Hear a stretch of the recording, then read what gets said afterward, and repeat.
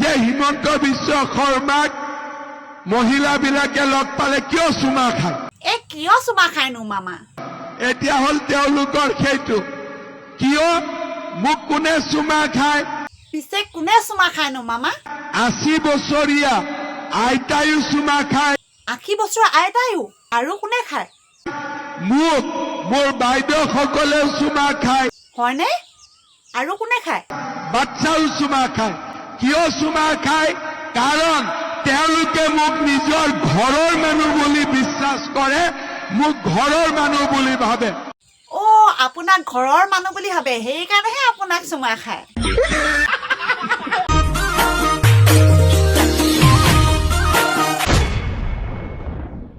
মামা, আপুনি বোলে এজন হত্যাকাৰী? মামা মই কোৱা নাই নহয়, অখিল দাহে কৈ আছে। কিয় বা ক'লে মামা মই নাজানো দেই, অখিল দা মুখে শুনি লওক। অসমৰ মুখ্যমন্ত্ৰীও যে এজন হত্যাকাৰী সেই কথাটো মই জানো। অসমৰ মুখ্যমন্ত্ৰীয়ে এসময়ত আলফা হৈ থাকোঁতে, আলফা হৈ আকৌ তেওঁ চালফাও হোৱা নাই দেই, চাৰেণ্ডাৰো কৰা নাই। তেওঁ বন্দুককেইটা ক'ত আছে এতিয়াও বিচাৰিব লাগিব। তেওঁ আলফাৰ সদস্য পদ এতিয়াও লৈ আছে নেকি সেইটোও গম পাব লাগিব। গতিকে তেওঁক ভাৰত ৰাষ্ট্ৰই বিশ্বাস কৰা উচিত নহয়। তো মই জানো যে আলফা হৈ থাকোঁতে হিমন্ত বিশ্ব শৰ্মাই ডাঙৰ লিডাৰ উপসভাপতি, কি নাম আছিলে, মানৱেন্দ্ৰ শৰ্মাক হত্যা কৰিছিলে। আৰু মানৱেন্দ্ৰ শৰ্মাক হত্যা কৰাৰ যিটো পিষ্টলটো মই থকা যিটো হোষ্টেল আছিলে, আমি সেইটো হোষ্টেলক আমি থাৰ্ড মেচ বুলি কওঁ, ARB Anandaram Barua hostel Cotton কলেজৰ, তাৰ ৰান্ধনি শৰ্মাদাৰ আকৌ গাৰুৰ তলতে লুকুৱাই থৈছিলে।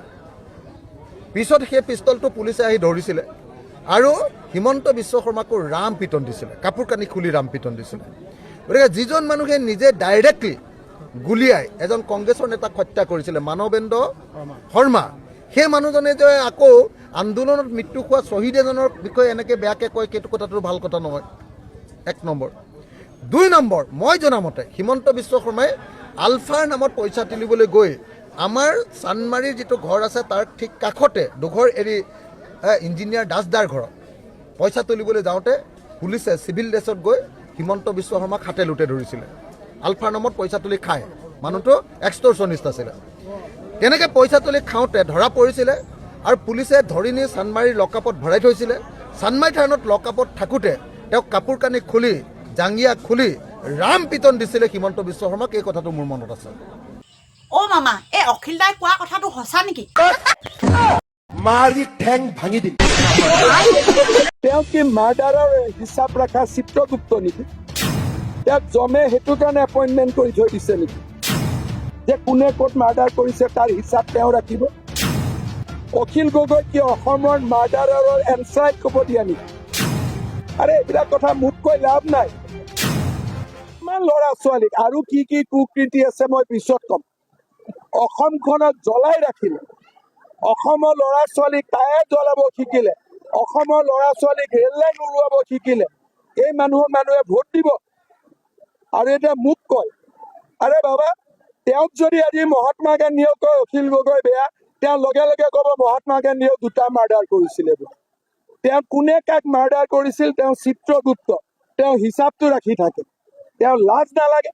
কুশল দৌৰীৰ লগত ইলেকশ্যন খেলিছে, ক'ব লাগে যে মই ইমান ৰাস্তা বনালো, মই ইমান দলং বনালো। মানুহক কয় ৰংঘৰ হিমন্ত বিশ্ব শৰ্মাই কৰিছে, নৰেন্দ্ৰ মোদীয়ে কৰিছে, তাত অখিল গগৈৰ এটা বিন্দু কণ্ট্ৰিবিউশ্যন নাই। অখিল গগৈ লাজ নালাগে? কোনোবা কেণ্ডিডেটক গালি পাৰিছে। আজি হিতেন গোস্বামী ইলেকশ্যন উঠিছে গৌৰৱ গগৈৰ বিৰুদ্ধে, এটা শব্দ কৈছে? গৌৰৱ গগৈ ইলেকশ্যন উঠিছে, হিতেন গোস্বামী এটা বেয়া কথা কৈছে। আজি মোৰ এগেইনষ্টত কংগ্ৰেছ উঠিছে, মই বেয়া কথা কৈছো। আজি অখিল গগৈয়ে তেওঁৰ এগেইনষ্টত যোনে উঠে কয় 20টা মাৰ্ডাৰ, 26টা মাৰ্ডাৰ। তই কি ঘটিটো কৰি আছিলি? এছেম্বলিত কিয় নুঠোৱালি? এইটো প্ৰশ্ন কিয় এছেম্বলিত নুঠোৱালি যে অমুক মাৰ্ডাৰ কৰিছিলে, শাস্তি কিয় নহল বুলি আজিলৈকে এছেম্বলিত 5 বছৰত কিয় নকৰলি? তাৰমানে শিৱসাগৰত যদি ইলেকশ্যন নুঠে তেতিয়া কুশল দৌৰীৰ লগত মোৰ দুশ্মনী নাই, কিন্তু শিৱসাগৰত ইলেকশ্যন উঠিলে কুশল দৌৰী হত্যাকাৰী। কুশল দৌৰী আগত MLA হোৱা নাই? ডিমত ধুমাৰ MLA হোৱা নাই? ডিমৰ মানুহে তেওঁক কিয় ভোট দিলে? আজি মোৰ লাজ লাগিছে অখিল গগৈৰ কাৰণে এতিয়া মোক পাতে আকৌ মাৰ্ডাৰৰ আপোনাকো ক'ব আপুনি যদি কয় অখিল গগৈ আপোনাকো ক'ব আপুনিও দুটা মাৰ্ডাৰ কৰিছে তেওঁ কি মাৰ্ডাৰৰ হিচাপ ৰখা চিত্ৰগুপ্ত নেকি তেওঁক জমে সেইটো কাৰণে এপইণ্টমেণ্ট কৰি থৈ দিছে নেকি যে কোনে ক'ত মাৰ্ডাৰ কৰিছে তাৰ হিচাপ তেওঁ ৰাখিব অখিল গগৈ কি অসমৰ মাৰ্ডাৰৰ এনচাইক্লোপিডিয়া নেকি আৰে এইবিলাক কথা মোক কৈ লাভ নাই আমি ইলেকশ্যনত জিকিবৰ কাৰণে বেলেগৰ গাত বোকা নছটিয়াওঁ আমাৰ ইমান দম আছে ইলেকশ্যন জিকাৰ কাৰণে এতিয়া নতুনকৈ উলিয়াইছে যে হিমন্ত বিশ্ব শৰ্মাক মহিলাবিলাকে লগ পালে কিয় চুমা খায় কিয় চুমা খায়নো মামা এতিয়া হ'ল তেওঁলোকৰ সেইটো কিয় মোক কোনে চুমা খায় পিছে কোনে চুমা খায়নো মামা 80 বছৰীয়া আইতায়ো চুমা খায় 80 বছৰ আইতায়ো আৰু কোনে খায় মোক মোৰ বাইদেউসকলেও চুমা খায় হয়নে আৰু কোনে খায় বাচ্চাও চুমা খায় কিয় চুমা খায় কাৰণ তেওঁলোকে মোক নিজৰ ঘৰৰ মানুহ বুলি বিশ্বাস কৰে মোক ঘৰৰ মানুহ বুলি ভাবে আপোনাক ঘৰৰ মানুহ বুলি ভাবে সেইকাৰণেহে আপোনাক চুমা খায় পিছে মামা আপোনাক যে সেই বাইদেউগৰাকীয়ে গালত চুমা খোৱা সেই ভিডিঅ'টো পুৰা ভাইৰেলত গৈ আছে ভিডিঅ'টো আছে নেকি আছে মামা ভিডিঅ'টো চাই লওক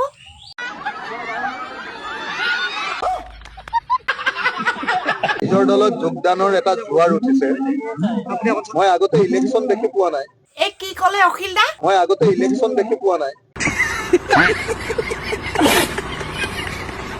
কিন্তু মই সঁচাকে বুজি পোৱা নাই যে এনেকুৱা শ মানুহে প্ৰত্যেক ঠাইতে যে যোগদান কৰিছে বিজেপি এৰি আহিছে অসম গণ পৰিষদ এৰি আহিছে সকলো দলৰ পৰা এৰি আহি যে এনেকে ৰাইজৰ দলত যোগদান কৰিছে এইটো আগতেও হয়নে এইবাৰে কৈছে মই গম পোৱা নাই কিন্তু এটা বস্তু খাটাং যে গোটেই শিৱসাগৰখনত এতিয়া ৰাইজৰ দলৰ প্ৰতি এটা ঢৌ গৈছে বতাহ বলিছে মই ভাবো যে সেইকাৰণে এইবাৰ ৰাইজৰ দলে অনায়াসে কোনো প্ৰতিদ্বন্দ্বিতা নোহোৱাকৈ এইবাৰ ৰাইজৰ দলে শিৱসাগৰত জয়লাভ কৰিব পাৰিব দ্বিতীয়তে ৰাইজৰ দলৰ বিপৰীতে অসম গণ পৰিষদে প্ৰদীপ হাজৰিকা দাদাক দিছে কিন্তু প্ৰদীপ হাজৰিকা দাদাই নিজৰ আমগুৰি সমষ্টিটোকে ৰাখিব নোৱাৰিলে কাৰণে কোনো মানুহে প্ৰদীপ হাজৰিকা দাদাক আৰু ভোট দিব নোখোজে ইয়াৰ বিপৰীতে বিজেপিয়ে যিজন মানুহক দিছে সেই মানুহজন হল অসমৰ ভিতৰতে আটাইতকৈ ডাঙৰ নৰহত্যাকাৰী গুপ্তঘাতক আটাইতকৈ ডাঙৰ মানুহ মৰা মানুহজনৰ নাম আপোনালোকে সকলোৱে জানে তেওঁৰ নামটো হল জয়ন্ত হাজৰিকা বা ওৰফে কুশল দুৱৰী গতিকে আটাইতকৈ ডাঙৰ হত্যাকাৰীজনক কেতিয়াও মানুহে ভোট দিছে অলপ আগতে আমি এজন মানুহক লগ পালো জয়ন্ত গোহাঁই মানে কি জয়ন্ত কমলা গোহাঁইৰ ভাতৃ এই সভাখন চলি থকাৰ অলপ ওচৰতে কমলা গোহাঁইৰ ভাতৃক 1998 চনত এই জয়ন্ত হাজৰিকাই গুলীয়াই হত্যা কৰিছে এনেকে শিৱসাগৰৰ প্ৰতিখন গাঁৱত কোনোবা হত্যা কৰিছে কোনোবাজনক কাটি মাৰিছে কোনোবাজনক জিভা কাটি দিছে কোনোবাজনৰ নখ উঘালি দিছে কোনোবাজনক চকু উলিয়াই দিছে কোনোবা গৰাকী মহিলাক ধৰ্ষণ কৰিছে এনেকুৱা পৰিস্থিতিৰ সৃষ্টি কৰিছিলে তেতিয়াৰ গুপ্তঘাতক জয়ন্ত হাজৰিকা ওৰফে বৰ্তমানৰ কুশল দুৱৰী গতিকে মই নাভাবো যে এই মানুহজনক ইয়াতে তেওঁলোকে জিকিবৰ কাৰণে বিজেপিয়ে দিছে কিন্তু ৰাইজৰ দলক ডিষ্টাৰ্ব কৰিবৰ কাৰণে মই যাতে গৌৰৱ গগৈৰ লগত একেলগতে কেম্পেইন কৰিবলৈ যাবলৈ সময় নাপাওঁ তাৰ কাৰণে ইয়াত ডিষ্টাৰ্ব কৰি ৰাখিবৰ কাৰণে দিনে ৰাতিয়ে আমাৰ কৰ্মীসকলক অসুবিধাত পেলাই থাকিবৰ কাৰণে য'তে ত'তে মাৰপিট য'তে ত'তে আক্ৰমণ এইবিলাক কৰি এটা অৰাজকতাৰ সৃষ্টি কৰিবৰ কাৰণে মই ভাবো যে জয়ন্ত হাজৰিকাক ইয়াত প্ৰাৰ্থিত্ব প্ৰদান কৰা হৈছে মই ভাবো যে তেওঁক মই 50,000তকৈ বেছি ভোটত 70-80 হাজাৰ ভিতৰত ব্যৱধানত 70-80 হাজাৰ ভোটৰ ব্যৱধানত তেওঁক মই পৰাজিত কৰিম পিছে মামা এই অখিল দা যে কৈ আছে বিজেপি মানুহবিলাক হত্যাকাৰী বুলি এই প্ৰণৱ বড়োকনো কোনে হত্যা কৰিছিল মইতো জানাত প্ৰণৱ বড়োৰ হত্যাকাৰী দিন দুপৰতে অখিল গগৈ এইটোতো চবেই জানে গুৱাহাটীৰ মাজমজিয়াত একেবাৰে মাজমজিয়াত কেৰাচিন তেল ঢালি প্ৰণৱ বড়োক অখিল গগৈ মাৰিছিল গতিকে আগদিনাখন ৰাতিৰ পৰাই তেওঁক প্ৰস্তুত কৰাইছিলে গতিকে তেওঁ এতিয়া বেলেগৰ কথা কেনেকৈ ক'ব পাৰে আৰু কুশল দুৱৰীটো প্ৰথম ইলেকশ্যন উঠা নাই ডিমৰ ৰাইজে তেওঁক দুবাৰকৈ বিধায়ক পাতিছে তাৰমানে তেওঁলোকে ডিমৰ ৰাইজক অপমান কৰিছে নেকি অখিল গগৈয়ে যে কৈ আছে কুশল দুৱৰী বেয়া মানুহ তাৰমানে ডিমৰ ৰাইজ বেয়া আছিল নেকি? ডিমৰ ৰাইজেতো তেওঁক দুবাৰ আগতে MLA পাতিছে, হয়নে নহয়?